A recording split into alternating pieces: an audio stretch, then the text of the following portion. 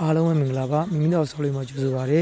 ယခုအင်လီယာဆိုရင်တော့ကျွန်တော်တို့ရှိပြီးသားအောက်ဂိတ်ထားစင်သူရုပ်ကမှာရှိတဲ့18ပေ45အကျေဦးနဲ့အင်လေးဖြစ်ပါတယ်အင်လီယာဆိုရင်ကျွန်တော်တို့အာစီမျိုးသားဖြစ်ပြီးတော့ကျွန်တော်တို့ဒီဇိန်နှုံးအားဆိုရင်တော့ကျွန်တော်တို့990ကြပါတယ်စီးစံနဲ့ဆိုရင်တော့ကျွန်တော်တို့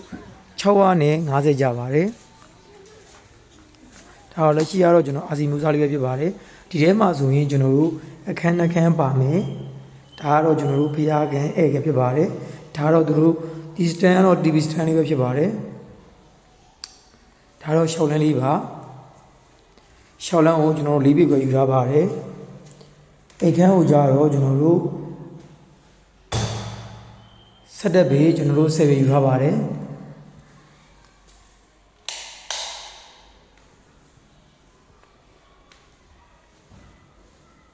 ဒီကောင်လေးလည်းဆင်တူလေးပါပဲ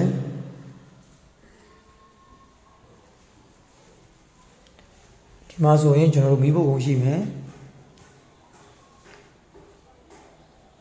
ဒီမှာဘေးစင်ရှိမယ်ပြီးရင်ကျွန်တော်တို့ပူတိုင်းရှိမယ်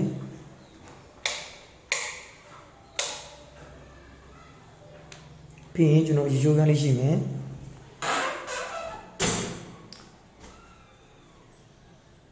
ဒါကျွန်တော်တို့ပေးတဲ့ပကေးပစ္စည်းတွေပါပဲပူတိုင်းလေးပဲအရင်ကပြောင်းလဲပြီးလုပ်ပါတယ်ဒီဘေးစင်လေးတွေပြောင်းပြီးလုပ်ပါတယ်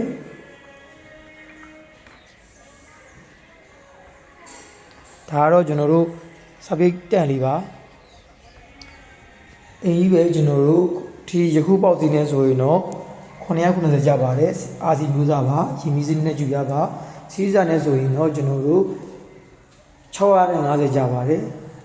ဆောက်လို့ချင်းကျွန်တော်တို့အချိန်3လကြာပါတယ်ဒါပေမဲ့ဒီမှာကျွန်တော်တို့ဒီဘယ်လိုပြောမလဲဒီဘေးချန်စီယိုတွေဒီတမန်တွေကိုကျွန်တော်ထည့်လုပ်ပါတယ်ရေမြောင်းရဲ့ဒီဟာရဲ့အပေါင်းအလုံးပေါင်းကိုကျွန်တော်တို့160နဲ့ထည့်လုပ်ပါတယ်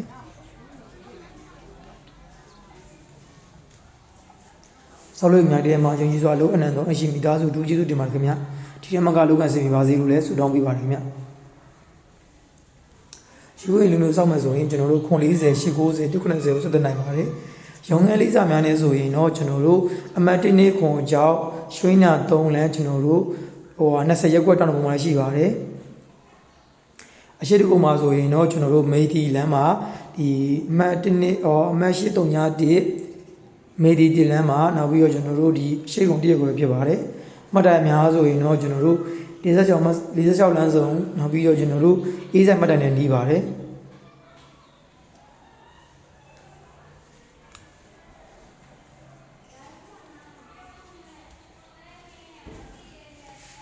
ခုမြတ်သမီးတို့အားလုံးအကျဉ်းသားတို့အိမ်လုံးပိုင်ဆိုင်ရာစုတောင်းပေးပါတယ်